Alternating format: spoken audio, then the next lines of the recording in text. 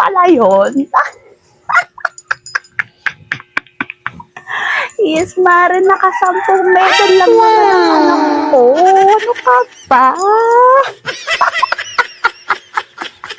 Siyempre, di ba? Siyempre, magbibigay din tayo ng gift sa mga teacher. Huh? Kasi nga, nabigyan niya ng mga award. Kaya po, kalaan mo yun. May 10 medal. What? At 10 certificate. Ay, ganun talaga maglayo ng mga matatalino. Ano ka ba? Oh no!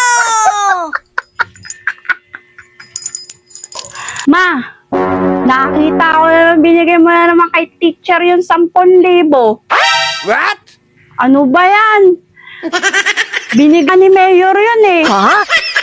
Ano na naman ang kakainin natin?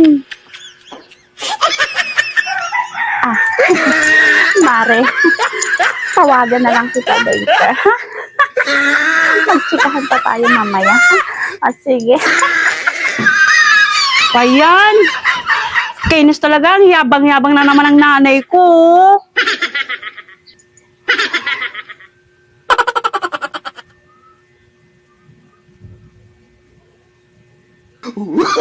Oh, no, no, no, no.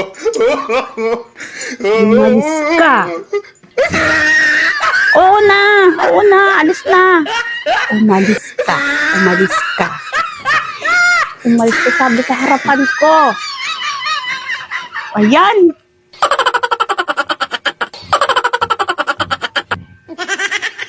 Tigigil ako sa'yo.